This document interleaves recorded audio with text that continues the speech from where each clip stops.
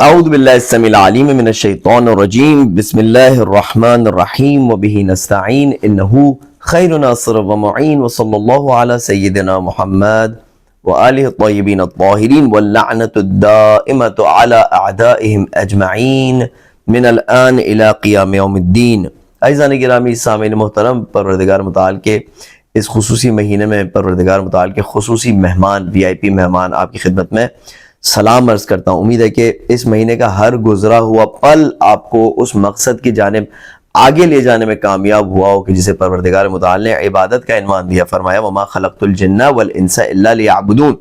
اور امید ہے کہ آنے والا ہر پل آپ کو اسی راستے میں یار و مددگار ثابت ہوگا۔ عزیزان گرامی، معاشرے میں ایک جو بہت بڑی پرابلم آ چکی ہے وہ یہ ہے کہ عقائد مقدس ہیں، عقائد بہترین ہیں، عقائد بہت اچھے ہیں۔ اگر کسی سے بھی پوچھیں کہ آپ کس پر توکل کرتے ہیں، وہ کہے گا اللہ سبحانہ وتعالیٰ پر۔ آپ کس کو اپنا آخری نبی مانتے ہیں، وہ کہے گا حضور اکرم صلی اللہ علیہ وآلہ وسلم۔ کس کو اپنا امام مانتے ہیں، 12 اماموں کے نام آپ کو بتائے گا۔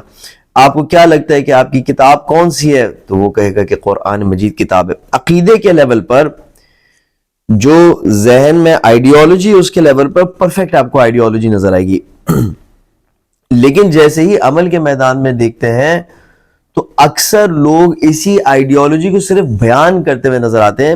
گویا دین اور ایمان کا مطلب یہ ہے کہ اپنے عقائد اور افکار کو بس بولتے جاؤ، میں کہوں آپ سنیں، آپ کہیں کوئی اور سنیں، لیکن مقام عمل میں جو ہے وہ بالکل برعکس نظر آئے۔ ایفرٹس ساری دنیا کے راستے میں نظر آئے۔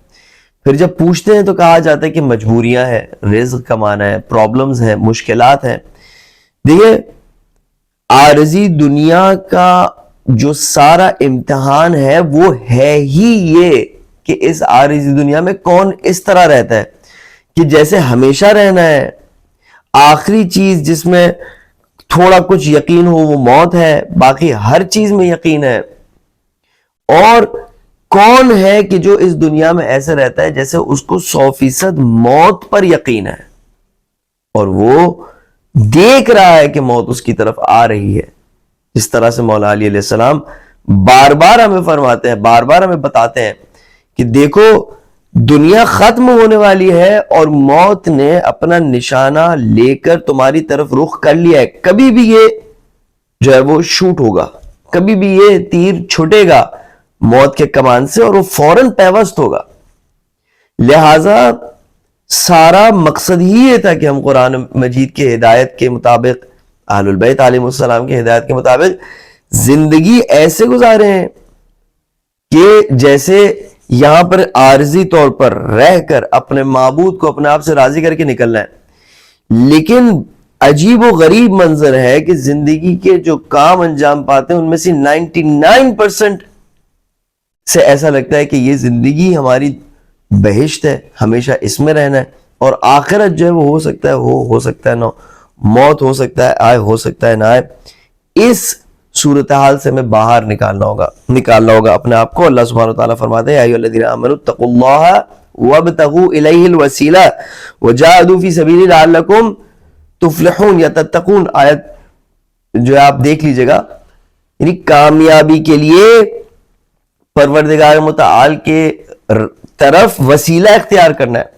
ایک عرصے کے بعد، یعنی آپ تفاسیر کو دیکھ سکتے ہیں کہ شروع کی تفاسیر میں اس آیت کی کیسی تفسیر ہوا کرتی تھی، اور اس کے بعد ایک دم اس معاملے کو تبدیل کر دیا گیا کہ وسیلے کا مطلب صرف یہ کہ دعائے توسل پڑھی جائے، صرف یہ کہ اللہ حضور اکرم صلی اللہ علیہ وسلم کے واسطے، اہل البیت علیہ السلام کے واسطے مجھے معاف فرما دے۔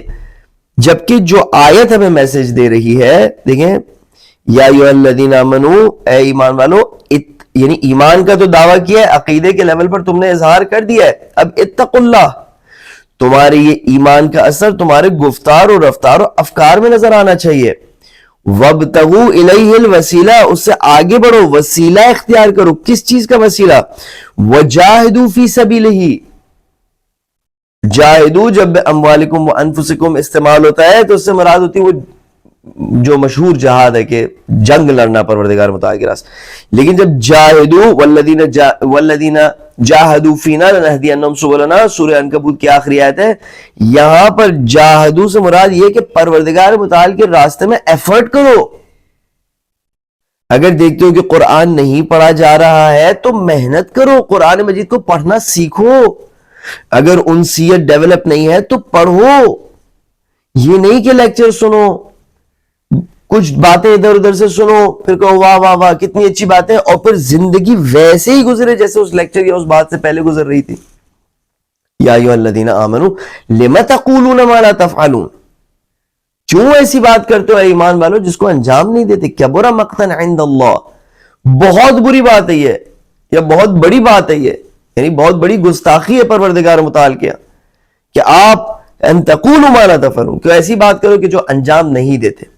بس وابتغوا الیہ الوسیلہ کو اگر اسی آیت میں ہم چاہیں کہ اس کے معنی کو سمجھیں تو گویا اللہ سبحانہ وتعالیٰ فرما رہا ہے محض ایمان کافی نہیں، وسیلہ اختیار کرو. نماز وسیلہ ہے، روزہ وسیلہ ہے، علم وسیلہ ہے، میرے راستے میں محنت وسیلہ ہے، اپرچونٹیز کو گناہ کی چھوڑنا، ریزسٹ کرنا، صبر کا دامن ہاتھ میں، یہ سب وسیلہ ہے. اور ظاہر ہے کہ یہ اہل البیت علیہ السلام کے وسیلے سے بھی ہمیں یہی تعلیمات ملتی ہیں.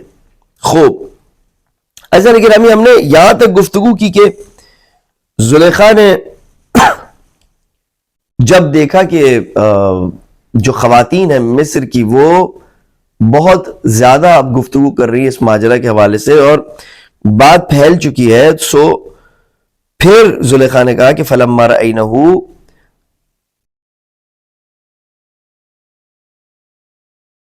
فلما سمعت بمکرہن، جب زلیخا نے ان کے مکر کو دیکھا اور دیکھا کہ یہ جو ہے وہ حسد کے باعث یا کسی بھی دوسری وجہ سے زلیخا کے بارے میں گفتگو کر رہے ہیں، ارسلت الیہن، تو انہیں دعوت دی، باقاعدہ دعوت نامے بھجوائے، وَأَعْتَدَتْ لَهُنَّ مُتَّكِئًا، اور ان کے لیے اچھا ماحول تیار کیا دعوت کا، کسی پارٹی کا، بہت اچھے انوائرمنٹ کو ان کے لیے تیار کیا. وَآتَتْ كُلَّ وَاحِدَةٍ مِّنْهُنَّ سَكِينًا، پھلوں کا بھی انتظام کیا اور سب کو ایک چھری دی کہ جس سے وہ پھل کاٹ سکیں. وَقَالَتْ اخْرُجْ عَلَيْهِنَّ، یعنی خرچہ کیا ہوگا کافی اچھا خاصا، ایفرٹ اچھی خاصی کی ہوگی، کیونکہ اگر یہ ایفرٹ میں کوئی بھی چیز جو ہے وہ اس مطابق نہیں جاتی جس مطابق سے اس کو پلان کیا گیا ہے تو یہ سارا معاملہ خراب ہو جاتا.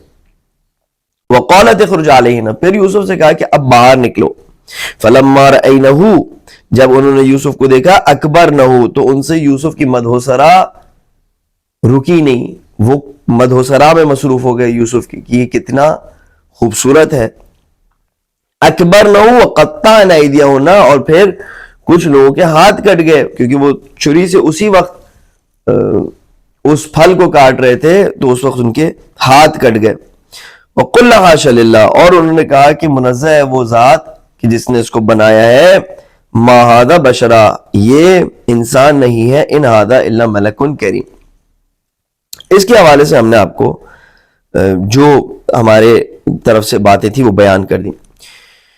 اب جب زلیخا نے یہ بات ان خواتین کو ثابت کر دی کہ تم اگر ایک دفعہ اسے دیکھ کر اتنے پریشان ہو جاتے ہو تو میری تو روز اس کے ساتھ اٹھک بیٹھک ہے، میں تو روز اسے دیکھتی ہوں، مختلف حالات میں اسے دیکھتی ہوں، تو اب یہ کھل کے سامنے آ گئی، اس کے اندر کانفیڈنس ڈیولپ ہوا. اس نے کہا فَذَلِكُنَّ الَّذِي لُمْتُنَّنِي فِيهِ، یہ وہ شخص ہے کہ جس کے بارے میں تم مجھے ملامت کر رہے تھے، باتیں سنا رہے تھے، میرے پیچھے باتیں کر رہے تھے، کہہ رہے تھے کہ زلیخا ایسی ہے، زلیخا ویسی ہے، اپنے غلام کے عشق میں گرفتار ہو چکی ہے، اب اپنا حال دیکھو، تم نے تو اپنا ہاتھ بھی کاٹ دیا. خون جو ہے نا وہ بڑی زبردست علامت ہے کسی بھی چیز کے واضح ہونے کی، اب کوئی اس کو ڈینائی نہیں کر سکتا، کوئی مکر نہیں سکتا. قالت فذلكن الذي لمتنني فيه وَلَقَدْ رَاوَدتُّهُ عَن نَفْسِهِ فَاسْتَعْصَمَ، اس میں کوئی شک نہیں ہے کہ میں نے چاہا کہ اس کے ساتھ رابطہ برقرار کروں لیکن اس نے ریزسٹ کیا اور اپنے آپ کو اس سے پاک رکھا اور دور رکھا، پس گواہی بھی دے دی حضرت یوسف علیہ السلام کے پاک ہونے کی.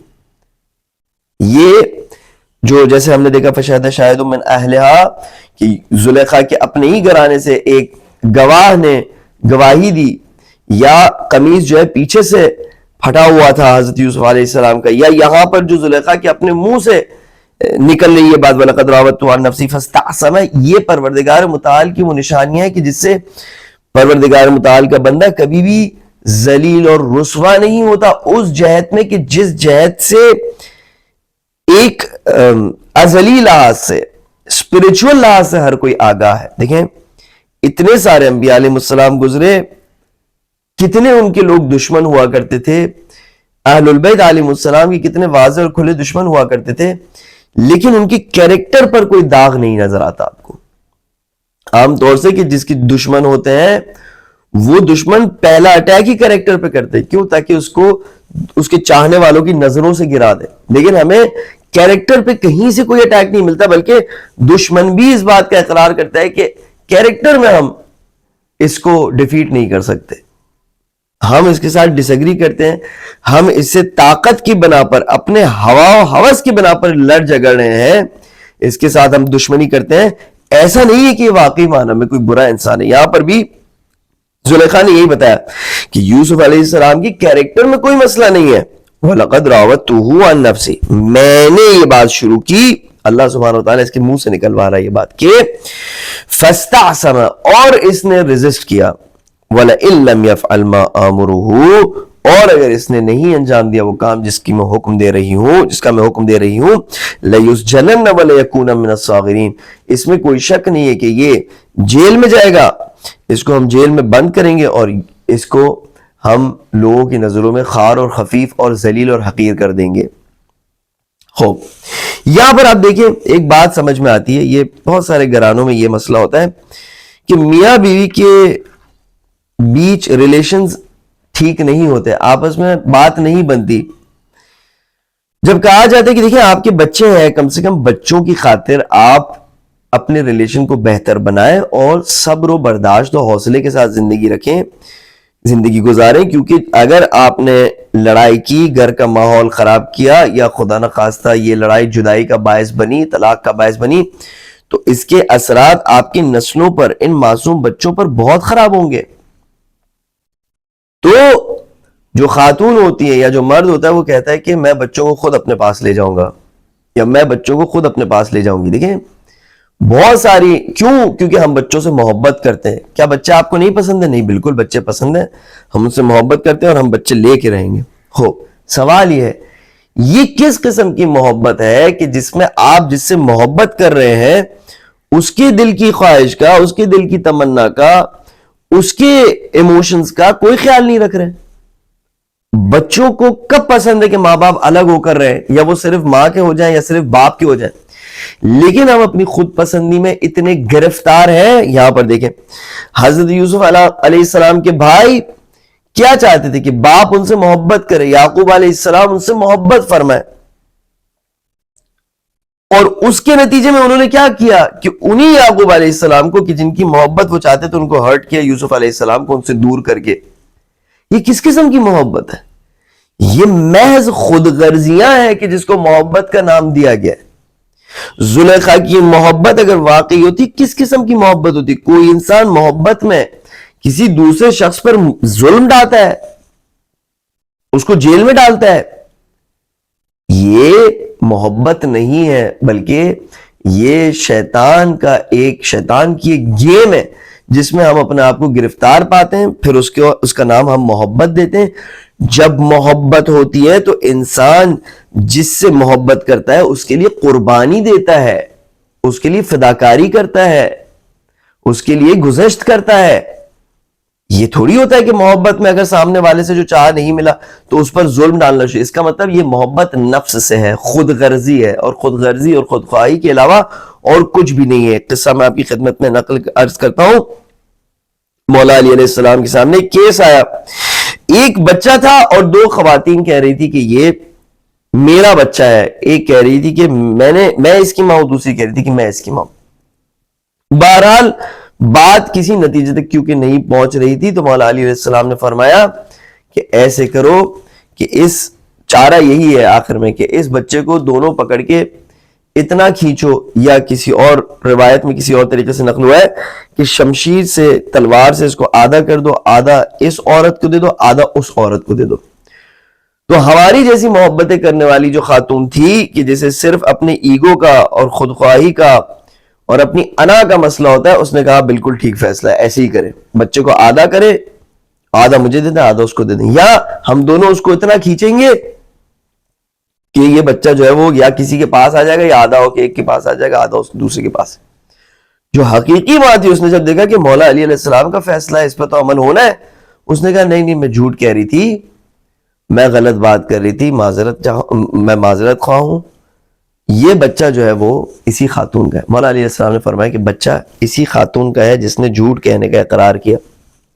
جب سوال کیا کہ کیوں مولا، یہ تو کہہ رہی ہے کہ میں جھوٹ کہہ رہی ہوں، میں جھوٹ بول رہی ہوں، یہ بچہ میرا نہیں ہے، بچہ اسی خاتون کا ہے، وہ خود اپنے زبان سے کہہ رہی ہے، آپ کہہ رہے ہیں کہ بچہ اس کا ہے. تو مولا علی علیہ السلام نے فرمایا صرف ایک حقیقی ماں اس بات کو کبھی بھی نہیں دیکھ سکتی کہ اس کے بچے کا اس کے سامنے نقصان ہو، اور صرف ایک جعلی ماں اس بات کو قبول کر سکتی ہے کہ اس کا بیٹا بیچ سے یا بچہ اس کا بیچ سے دو ٹکڑے ہو جائے، اور ایک ٹکڑا اس کو اور ایک ٹکڑا اس کو. ہماری محبتیں کیسی ہیں؟ زلیخا کی محبت کیسی ہے؟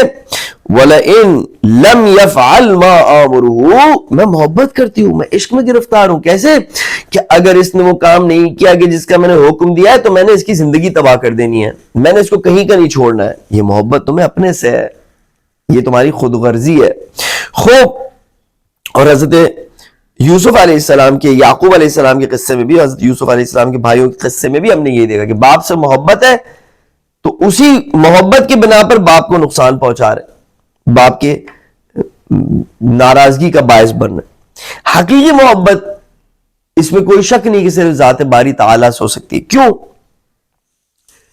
محبت جو ہے وہ ایک قسم کی وابستگی ہے. جب انسان کسی سے محبت کرتا ہے تو وہ اس سے اٹیچڈ ہو جاتا ہے، اس سے وابستہ ہو جاتا ہے، اور اس کے بغیر، آپ نے سنا ہوگا کہ اس کے بغیر جی نہیں سکتے، اس کے بغیر سانس نہیں لے سکتے. یہ سب اس وابستگی کا اظہار ہے کہ جو اس شخص کے اندر اس کے حوالے سے وجود میں آئی. اور ضروری نہیں ہے کہ یہ دو طرفہ. جو محبت میں اس شرط کو رکھتے ہیں کہ محبت دو طرفہ ہو، وہ پھر وہی خود غرضی والی محبت کرتے رہے ہوتے ہیں، کیونکہ سامنے والے سے وہی چاہ رہے ہوتے ہیں کہ جو ان کی مرضی ہے. جو محبت کرتے ہیں حقیقی معنی میں، وہ یک طرفہ محبت ہوتی ہے. اب یک طرفہ محبت اگر کسی انسان سے کی جائے تو سراسر لاس ہے، کیونکہ انسان جتنا بھی پاک و پاکیزہ ہوتا ہے، ایک لیول آتا ہے کہ وہ اگلے کا، دوسرے شخص کا فائدہ اٹھانے لگتا ہے. اگر ایک شخص دوسرے شخص کے ساتھ بہت ہی خلوص کے ساتھ، محبت کے ساتھ پیش آتا ہے تو ایک حد تک یہ بات صحیح آگے بڑھتی ہے، لیکن اس کے بعد وہ شخص کے اوپر وہ فیلنگز حاوی ہو جاتی ہیں کہ جس کی وجہ سے وہ پھر اس شخص کا استحصال کرتا ہے. لہٰذا انسانوں کے ساتھ حقیقی محبت کرنا محال ہے. کیوں؟ کیونکہ اگر کچھ سامنے سے ڈیمانڈ کیا تو وہ حقیقی محبت نہیں ہے، اور اگر ڈیمانڈ نہیں کیا تو وہ شخص جو ہے استحصال کرے گا اس شخص کا کہ جو محبت کر رہا ہے.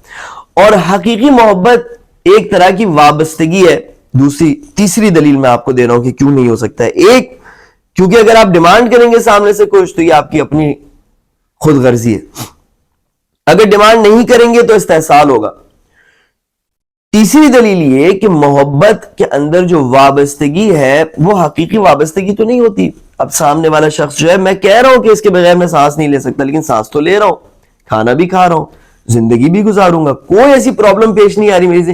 صرف ایک نفسیاتی لیول پہ میرے پرابلم بنی ہوئی ہے، اور اگر وہ نفسیاتی لیول پر حل ہو جائے تو اس شخص کے ساتھ مجھے کوئی مسئلہ ہی نہیں ہے، کوئی پرابلم ہی نہیں، وہ ہو یا نہ ہو میری زندگی میں سے کوئی تعلق ہی نہیں ہے. لیکن پروردگار متعال کی ذات سے ہماری حقیقی وابستگی ہے. اگر ایک لمحہ ذات اقدس الہی نے ہمیں اپنے حال پر چھوڑ دیا تو ہم کأن لم یکن شیئا مذکورا ہو جائیں گے، کچھ بھی ہمارا نہیں بچے گا. ایک مستقل رابطہ ہے ہمارے بیچ اور پروردگار متعال کے ذات کے بیچ، کہ جو ایک لمحہ بھی جدا نہیں ہو سکتا. لہذا اب اگر میں پروردگار متعال سے محبت کرتا ہوں اور میں کہتا ہوں کہ پروردگارا میرا تیرے بغیر گزارا نہیں ہے، میں تیرے بغیر زندگی نہیں گزار سکتا ہوں. فَهَبْ لِي صَبَرْتُ عَلَىٰ عَذَابِكَ فَكَيْفَ أَصْبِرُ عَلَىٰ فِرَاقِكَ. بس یہ سمجھ لیں ہم کہ میں تیرے عذاب پر بھی صبر کر لوں، لیکن میں تیرے فراق پر کیسے صبر کروں گا. تو یہ حقیقی بات ہوتی ہے، واقعاً ایسا ہے. اگر ہم اس وقت یہ محسوس نہیں کر رہے کیونکہ ہم پروردگار متعال کے عاصی بندے ہیں، ورنہ ہم اپنے تمام تر وجود سے اس بات کو محسوس کریں کہ ہمارے اندر کتنی وابستگی ہے پروردگار متعال سے، بلکہ صرف اور صرف وابستگی. انتم الفقراء الی اللہ، تم ہمیشگی فقیر ہو پروردگار متعال کے سامنے. پس وابستگی حقیقی وابستگی ہے. سامنے سے اگر پروردگار متعال محبت نہ کرے ہم سے، تب بھی اس کی مرضی ہے. ہمارے اندر کون سی ایسی بات ہے کہ جس سے اس کو کوئی سروکار ہو کہ وہ ہم سے محبت کرے یا نہ کرے. اور اگر محبت کرتا ہے تو یہی وجہ کہ اسے ہم سے کوئی غرض نہیں ہے، یہ ہمیں اس بات کو ثابت کر دیتی کہ پروردگار متعال کی ہم سے محبت ایک خلوص سے بھری ہوئی محبت ہے. اور اس میں کوئی شک نہیں ہے کہ پروردگار متعال ہم سے بے دریغ محبت فرماتا ہے. اور اس محبت کی عکاسی قرآن مجید کی آیات میں آپ دیکھیں، اہل البیت علیہ السلام کی گفتگو میں دیکھیں. اگر اہل البیت علیہ السلام کی پروردگار متعال سے گفتگو، دعائے ابو حمزہ الشمالی، صحیفہ سجادیہ، یہ ان سے صرف مخصوص ہوتی تو وہ کبھی بھی اس راز کو ہم تک نہیں پہنچاتے. اہل البیت علیہ السلام رازدار ہیں پروردگار متعال کے. اگر انہوں نے ہم تک ان تحفوں کو پہنچایا، ان کلمات کو پہنچایا، تو اس سے مراد ہی ہے کہ ہمیں اجازت ہے کہ ہم اس کو پڑھیں، بلکہ ہم نے پڑھنا ضروری ہے. یہ اہل البیت علیہ السلام کے خون اور پسینے کی محنت سے ہم تک یہ باتیں پہنچی ہیں. دعائے ابو حمزہ الشمالی کن دشواریوں سے، کن مراحل سے گزر کے ہم تک پہنچی ہے. بس یہاں پر ایک بات ثابت ہوتی ہے کہ پروردگار متعال سے جو محبت ہے وہ ایک حقیقی محبت ہے، کیونکہ واقعاً ہم اس سے ڈیپینڈنٹ ہیں. اور یہ جو محبت میں کہا جاتا ہے کہ میں اس شخص سے وابستہ ہوں، میں اس شخص سے ڈیپینڈنٹ ہوں، اس کے بغیر میرا گزارا نہیں ہے، اگر یہ نہ ہو تو میں مر جاؤں گا یا مر جاؤں گی، یہ میرے اور پروردگار متعال کے بیچ حقیقتاً ایسا ہے. اب سامنے سے اگر وہ مجھ سے محبت نہ کرے تو وہ بادشاہ کون سی ایسی چیز میرے اندر ہے کہ جو مجھ سے چاہے کہ محبت کرے. اور اگر مجھ سے محبت کرے تو یہ واضح بات ہوگی کہ یہ ایک پرخلوص محبت ہے، حقیقی محبت ہے جو اس کے جانب سے میری طرف آ رہی ہے، اور اس کے بارے میں ہمیں بتایا گیا ہے. بس حقیقی محبت اور عشق، میں نے آپ کو دلائل سے استدلال کیا، آپ ان استدلالوں کو دیکھیں اور دیکھیں کہ اس کے اندر کوئی پرابلم نظر آتی تو ضرور بتائیں. حقیقی عشق صرف پروردگار متعال سے ہو سکتا ہے اور کسی سے نہیں ہو سکتا. خوب دوسری بات یہ کہ وَلَئِن لَمْ يَفْعَلْ مَا آمُرُهُ لَيُسْجَنَنَّ وَلَيَكُونًا مِنَ الصَّاغِرِينَ. میں اگر اس نے وہ کام انجام نہیں دیا کہ جو میں اس سے ڈیمانڈ کر رہی ہوں، تو یہ جیل میں جائے گا، اور یہ حقیقتاً ان میں سے ہوگا کہ جو رسوا اور ذلیل ہو جائیں گے انسانوں کے سامنے. سوال، کس کی نظر میں رسوا اور ذلیل ہوں گے؟ حضرت یوسف علیہ السلام اپنی نظر میں رسوا ہو جائیں گے؟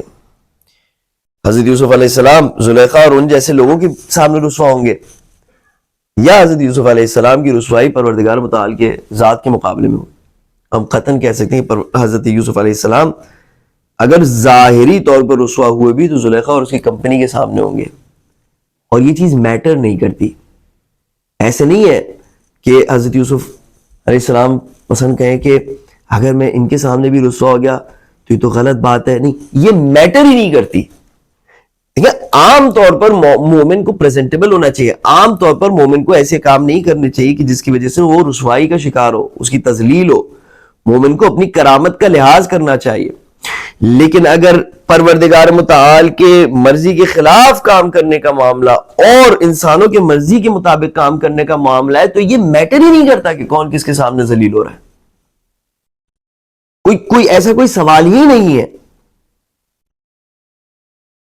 اب آپ دیکھیں کمالات کے مراحل میں سے یہ کہتے ہیں کہ جیل میں جانا ایک خاص کمال انسان کو دیتا ہے جو جیل کے باہر انسان کو نہیں مل سکتا. یعنی آپ نے دیکھا ہوگا، نوٹ کیا ہوگا کہ اکثر جو بڑے لوگ ہوتے ہیں ان کا تعلق جیل سے ہوتا ہے، اکثر جو بڑے لیڈر ہوتے ہیں ان کا تعلق جیل سے ہوتا ہے۔ جیل وہ جگہ ہے جہاں پر انسانوں کو ایسے کمالات حاصل ہوتے ہیں کہ جس کے بعد ان کی پرسنالٹی تبدیل ہو جاتی ہے اور وہ کوئی بڑے کام انجام دینے کے قابل بنتے ہیں۔ یہ میں نے بائی دی وے کہا آپ کی خدمت میں عرض کروں۔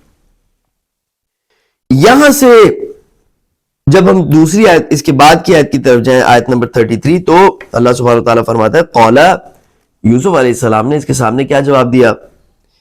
ان سے گفتگو نہیں کی۔ یوسف علیہ السلام نے کلام کس سے فرمایا؟ اللہ سبحانہ وتعالیٰ سے فرمایا قال رب السجن احب الی مما یدعوننی الیہ۔ پروردگارا، احب افعل تفضیل ہے، یعنی مجھے سب سے زیادہ پسند ہے۔ خوب، سب سے زیادہ اور کون سی چیزیں آپ کو پسند ہے کہ جو آپ کہہ رہے ہیں کہ مجھے جیل، ربی میرے رب؟ ایک تو یوسف علیہ السلام نے ڈائریکٹ ان سے گفتگو نہیں کی بلکہ پروردگار متعال سے گفتگو کی، اور یہ معاملات جو ہے وہ زمانے یعنی مختلف دنوں میں انجام پا رہے ہیں، ایسے نہیں کہ جو کچھ ہو رہا ہے وہیں پر ہو رہا ہے۔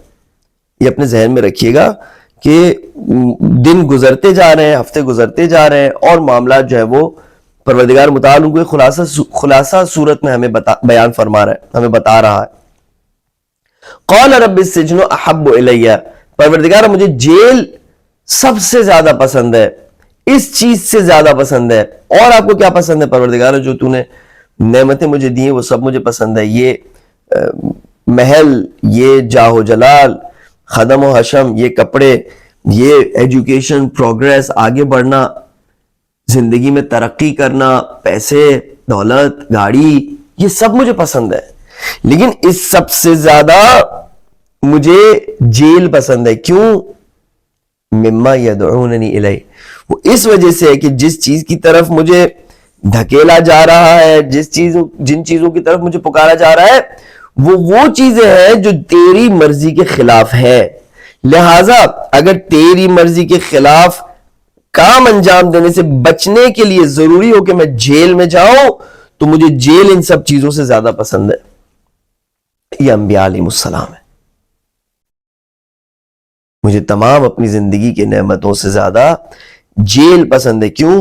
کیونکہ جیل کی باہر جس چیز کی مجھے ترغیب دی جا رہی ہے وہ تیرے نظر میں اچھی چیز نہیں ہے، اسے تو نہیں پسند کرتا ہے۔ اب جب تو نہیں پسند کرتا تو میں کیسے اسے پسند کروں؟ اور راستہ میرے نظر میں صرف یہ ہے کہ میں جیل میں چلا جاؤں، تو ضرور مجھے جیل میں بھیج دے، اس میں مجھے کوئی مسئلہ نہیں ہے۔ امام حسین علیہ السلام بھی فرماتے ہیں کہ اگر شہادت صرف وہ راستہ ہو کہ جس سے میں اس ذلت سے بیعت کی باہر نکل سکوں تو مجھے شہادت سے بہتر کوئی چیز نہیں لگتی۔ ایک کنیکشن ہے ان ذوات مطہرہ کا، انبیاء علیہ السلام، اہل البیت علیہ السلام کا کنیکشن۔ دیکھتے ہیں کہ ایک ہی جہت میں گفتگو فرما رہے ہوتے۔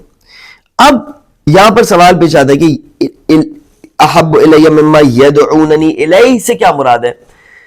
کس طریقے سے مصر کی دوسری خواتین نے چاہا کہ حضرت یوسف علیہ السلام کو مزید مسائل میں گرفتار کریں؟ دیکھیں، کہا جاتا ہے کہ وہاں پر ایک خواتین کا گروپ ایسا بنا کہ جنہوں نے بظاہر ایسا دکھانا چاہا کہ وہ یوسف کے خیر خواہ ہیں اور زلیخا کے بھی خیر خواہ ہیں اور ان کے بیچ صلح کروانا چاہ رہے ہیں۔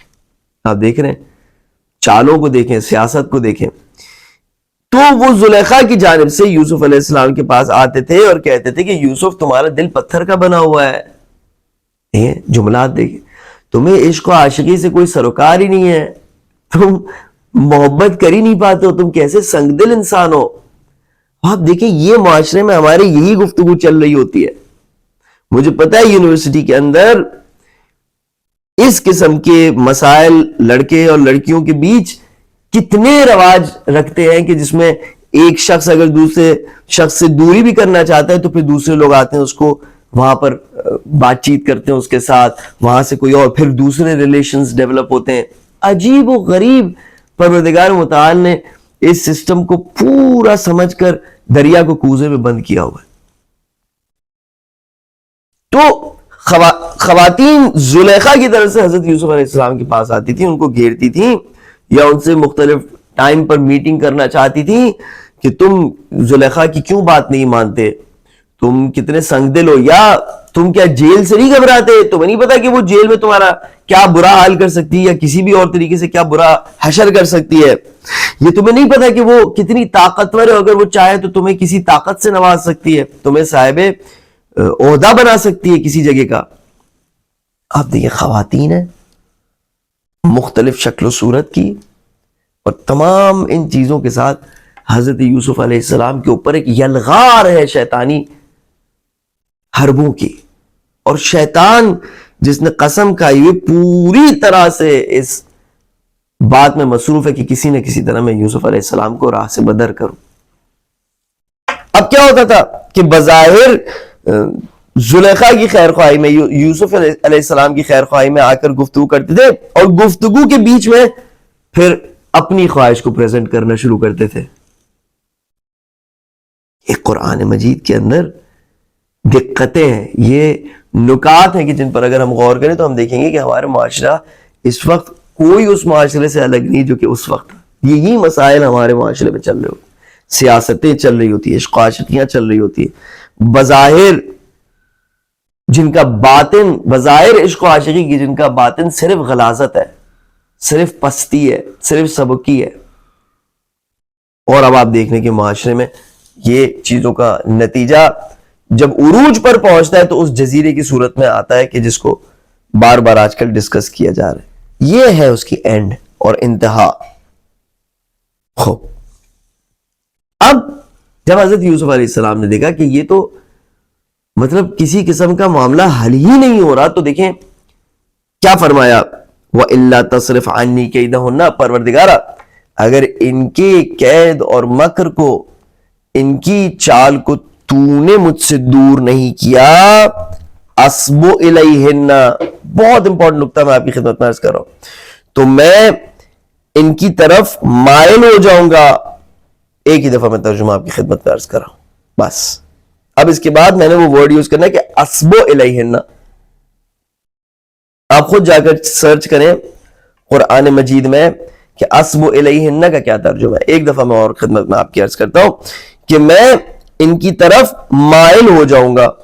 تمام مترجمین نے، شیعہ اور سنی، سب نے یہی ترجمہ کیا۔ سوال حضرت یوسف علیہ السلام سے کہیں کہ آپ کو اپنے آنکھوں کا حجاب نہیں ہے، آپ اپنے آپ پر کنٹرول رکھیں۔ ہم اپنے ذہنیت سے اور اپنے معاشرے کے انداز سے اگر حضرت یوسف علیہ السلام کو مشورہ دینا چاہیں تو ہم کیا کہیں گے کہ بھائی معاشرے میں تو یہ سب کچھ ہونا ہے، آپ نے اپنے آپ کو پہ کنٹرول رکھنا ہے۔ بچوں کو ہم کیا کہتے ہیں کہ بچوں کو ہم ایجوکیشن سے دور رکھیں، یونیورسٹی سے دور رکھیں، کو ایجوکیشن سے دور رکھیں، فلموں سے دور رکھیں، گانوں سے دور رکھیں، مکس گیدرنگ سے دور رکھیں، بری کمپنی سے دور رکھیں۔ بعد معاشرے میں تو یہ سب ہونا ہے۔ اس کو کہتے ہیں کہ جہالت کی بنا پر انسان کے اندر اوور کانفیڈنس حاصل ہو جائے۔ اوور کانفیڈنس ہوتا ہی انسان جہالت کی بنیاد پر ہے۔ جس چیز پر نبی خدا کے جن کو پروردگار متعال اپنی غیبی امداد سے بچا رہا ہوتا ہے، فرما رہے ہیں کہ اگر تو نے مجھے نہیں بچایا تو اصب الیہن، وہاں پر ہم اوور کانفیڈنس ہو کے کہتے ہیں کہ معاشرہ جیسے بھی ہو ہمیں اپنے آپ کو بچانا چاہیے، اور پھر اس کے بعد انہی ایجوکیشن اور شادی اور مختلف پروگرامز کے بہانے سے حتی جاب کی تلاش میں ہم جا ہی انہی چیزوں کی طرف رہے ہوتے ہیں۔ کبھی کبھار ہمیں خود نہیں پتا ہوتا کہ ہم اپنے آپ سے چاہ کیا رہے ہیں۔ ایک طرف سے زنا اور دوسری برائیوں کی بدبختی کا ہمیں اندازہ ہوتا ہے، ہمیں پتا ہوتا ہے، شراب ہے، یہ ڈرگز ہیں، ان چیز کے بارے میں ہمیں پتا ہوتا ہے۔ دوسری طرف سے ہم خود اپنے آپ کو ایسی سچویشن میں گرفتار کرنا چاہتے ہیں کہ جس میں یہ چیزیں ہمارے لیے آسان ہو جائے، پھر جب یہ آسان ہوتی پھر ہم اس کو اوائڈ بھی کرنا چاہتے ہیں۔ عجیب ہم گرفتار ہیں۔ دیکھیں میں نے آپ سے عرض کیا تھا دنیا میں گرفتار تب تک رہنے والے ہیں جب تک کہ آپ نے دنیا کو ویسے نہیں دیکھا جیسے اہل بیت علیہ السلام ہمیں دکھاتے ہیں۔ ایک عارضی دنیا ہے جس میں قربانی دینی ہے، اور سب سے پہلے اپنا دامن پروردگار متعال کی معصیت سے بچانا ہے۔ اب میری باتیں آپ کو جو ہے مشکل لگی ہوں گی تو لگیں، اس میں مسئلہ نہیں ہے، لیکن مجھے یہ باتیں کنوے کرنی ہے۔ اگر میں تفسیر قرآن آپ کی خدمت پہ پیش کر رہا ہوں تو ضروری ہے کہ میرا لب و لہجہ بھی قرآن مجید کی طرح۔ قرآن مجید یہ بات کر رہا ہے آپ کے سامنے، لَقَدْ كَانَ فِي قَصَصِهِمْ عِبْرَةٌ لِأُولِي الْأَلْبَابِ، کہ ان کی قصوں میں انبیاء علیہ السلام کے قصوں میں عبرت ہے صاحبان عقل کے لیے. ہم صاحبان عقل ہیں جی، ورنہ شریعت ہم پر واجب نہیں ہوتی. عبرت لینی ہے اس قصے سے جی. اب آپ بتائیں اس کی سوا اور کیا عبرت نظر آ رہی ہے کہ ایک نبی خدا اپنے آپ کو جب گناہ کے مسائل میں گرفتار ہونے کا خدشہ جب اس کے اندر اپنے اندر محسوس کرتا ہے تو پروردگار متعال سے کہتا ہے کہ مجھے دور کر دے. میری ایجوکیشن ہے، پروگریس ہے، بزنس ہے، جو کچھ ہے، مجھے کچھ بھی نہیں چاہیے تیرے مرضی کے خلاف ایک لمحے کے لیے بھی، اگر اس کے باعث مجھے کوئی کام کرنا پڑے. دیکھیں تو کیا کریں؟ سب چھوڑ دیں؟ ایسے کبھی بھی کچھ نہیں ہونے والا. کیا کریں؟ سب چھوڑ دیں. قرآن مجید سے تو دوستی کریں، اس سے تو کسی نے نہیں روکا ہوا نا. وَمَن يَتَّقِ اللَّهَ يَجْعَل لَّهُ مَخْرَجًا وَيَرْزُقْهُ مِنْ حَيْثُ لَا يَحْتَسِبُ. تقوی الہی اختیار کرنا نہیں ہے، ایک قدم میں نے آگے بڑھانا نہیں ہے. اگر تو میں کس چیز کی توقع رکھ رہا ہوں کہ پورا نظام میرے لیے تبدیل ہو جائے گا. لیکن اگر آپ نے قدم بڑھایا ہے، آپ کے سامنے ایسے لوگ ہیں کہ جو سب کو چھوڑ کے کسی ایسے راستے پہ نکلتے ہیں کہ کسی کی جرت نہیں ہوتی اس راستے پر نکلنے کی. سب پریشان ہوتے ہیں. کوئی قم یا نجف دینی تعلیم حاصل کرنے جاتا ہے تو شروع میں سب پریشان ہوتے ہیں. یہ کمائے گا کیسے، کھائے گا کیسے؟ آپ انجینئر تھے، آپ چھوڑ کر چلے گئے، اللہ اکبر. آپ ڈاکٹر تھے، آپ چھوڑ کر چلے گئے، اللہ اکبر. اچھا پھر جب اللہ سبحانہ و تعالیٰ اسے نوازتا ہے وَمَن يَتَّقِ اللَّهَ يَجْعَل لَّهُ مَخْرَجًا، کہ جو بھی اللہ کا تقوی اختیار کرے اللہ سبحانہ و تعالیٰ اس کے لیے راستہ نکالتا ہے، راہ فرار نکالتا ہے مشکلات سے. وَيَرْزُقْهُ مِنْ حَيْثُ لَا يَحْتَسِبُ، اور ایسی جگہ سے اس کو رزق دیتا ہے جہاں پر اس کا گمان ہی نہیں تھا، وہ سوچ بھی نہیں سکتا تھا. پھر جب پروردگار متعال اس کو نوازنا شروع کرتا ہے تو سوئزن کی نگاہ سے اسے دیکھا جاتا ہے کہ اس کے ہم تو اپنے آپ کو دنیا میں ہلاک کر رہے ہیں صبح سے رات، ہماری تو کمائی نہیں ہو رہی. یہ جو دنیا کو چھوڑ کر چلا گیا دین حاصل کرنے کے لیے، اس کی کہاں سے کمائی ہو رہی ہے؟ میرا مقصد آپ کے سامنے حقیقتوں کو بیان کرنا ہے. مسئلہ سارا یہ ہے کہ ہمارا عقیدہ اور ہمارے عمل میں کوئی سنخیت نہیں ہے. عقیدے کے لحاظ سے ہم مخلص ترین پروردگار متعال کے بندے ہیں کہ جن کے پاس اللہ کے سوا کوئی بھی نہیں ہے، اہل بیت علیہ السلام کے سوا کوئی بھی نہیں ہے. کام کے لحاظ سے، عمل کے لحاظ سے میں اپنے آپ کو ایک ایسا شخص پاتا ہوں کہ جس کے پاس سوائے دنیا کے اور کوئی ہم و غم ہے ہی نہیں. اب میری اس گفتگو سے نہ میں توقع رکھتا ہوں کہ کسی کی زندگی میں انقلاب پیدا ہو، نہ اگر آپ کو ایسا محسوس ہو کہ آپ کی زندگی میں انقلاب پیدا ہو رہا ہے تو اس کو اہمیت دیں. نہیں، کیوں؟ کیونکہ جذبات پہ ہمیں ڈیسیشنز نہیں کرنے. جب تک آپ نے اپنا ریلیشن شپ قرآن مجید سے نہیں بنایا ہے، جب تک آپ کی روح و روان قرآن مجید سے مانوس نہیں ہوئی ہے، جب تک آپ کا ذہن قرآن مجید کی آیت سے تربیت یافتہ نہیں ہوا ہے، کوئی بھی ایبرپٹ اور سڈن ڈیسیشن لینا آپ کے لیے خطرناک ثابت ہوگا. ہوش کے ساتھ، عقل کے ساتھ، اس عقل کو استعمال کرتے ہوئے کہ جو نورانی عقل ہے کہ میں کس لیے اس دنیا میں ہوں، میں کن چیزوں پر بلیو کرتا ہوں. یا تو میں اپنے بلیو کو چینج کروں یا تو پھر میں اپنے عمل کو چینج کروں.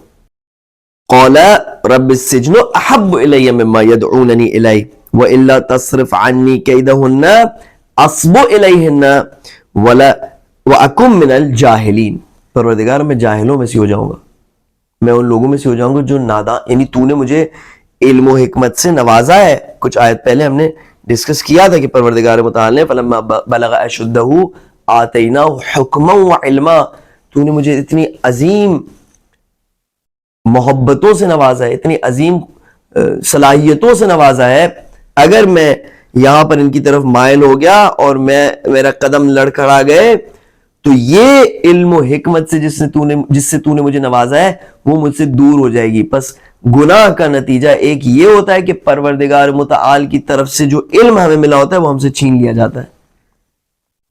وَأَكُن مِّنَ الْجَاهِلِينَ، پھر میں جاہلوں میں سے قرار پاؤں گا. بس ایک ظلمت اس کا باعث بندی کی دوسری ظلمت ہے، دوسری ظلمت تیسری ظلمت، تیسری ظلمت چوتھی ظلمت، ظلمتوں پہ ظلمت، ظلمات بعضها فوق بعض اذا اخرج یدہ لم یکد یراہ. ظلمتیں ہیں جو ایک کے اوپر ایک ہیں. ہاتھ اپنا جب باہر نکالتا ہے تو اسے اپنا ہاتھ بھی نہیں نظر آتا ہے. ایسی ظلمت کا شکار ہو جاتا ہے جس میں وہ اپنے آپ کو بھی پھر نہیں دیکھ سکتا، کچھ بھی نہیں دیکھ سکتا. پھر وہ بصیرت تو دور کی بات.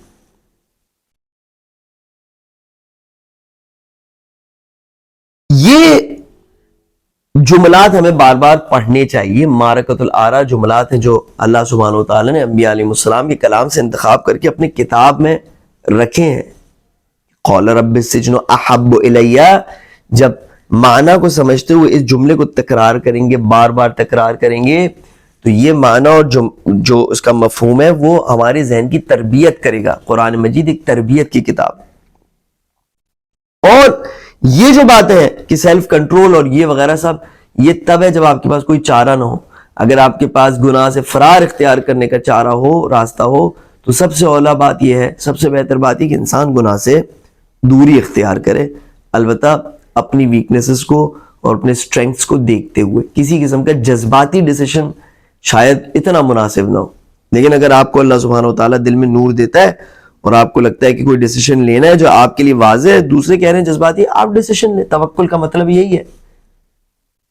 وَمَن يَتَوَكَّلْ عَلَى اللَّهِ فَهُوَ حَسْبُهُ وَمَن يَتَّقِ اللَّهَ يَجْعَل لَّهُ مَخْرَجًا وَيَرْزُقْهُ مِنْ حَيْثُ لَا يَحْتَسِبُ. جو بھی تقوی الہی اختیار کرتا ہے تو اس کا نتیجہ ہے کہ وَيَرْزُقْهُ مِنْ حَيْثُ لَا يَحْتَسِبُ يَجْعَل لَّهُ مَخْرَجًا. وہ تقوی اختیار کرنا مشکل ہے. وَمَن يَتَوَكَّلْ عَلَى اللَّهِ فَهُوَ حَسْبُهُ. اللہ پر توکل کرو اور تقوی کے مطابق جو ڈیسیشن لیا ہے اس پر عمل کرو. خوب، یہاں پر ہم نے آپ کی خدمت میں جو کچھ تقریباً اس کے حوالے سے گفتگو تھی وہ بیان کر دی. ایک اور بات یہ ہے کہ اللہ سبحانہ و تعالیٰ زنا کے حوالے سے قرآن مجید میں فرماتا ہے کہ وَلَا تَقْرَبُوا الزِّنَا، زنا کے نزدیک بھی مت جانا. زنا کے فعل میں مبتلا ہونا یہ ایک الگ بات ہے. اللہ سبحانہ و تعالیٰ فرماتا ہے کہ زنا کے نزدیک بھی نہیں جانا.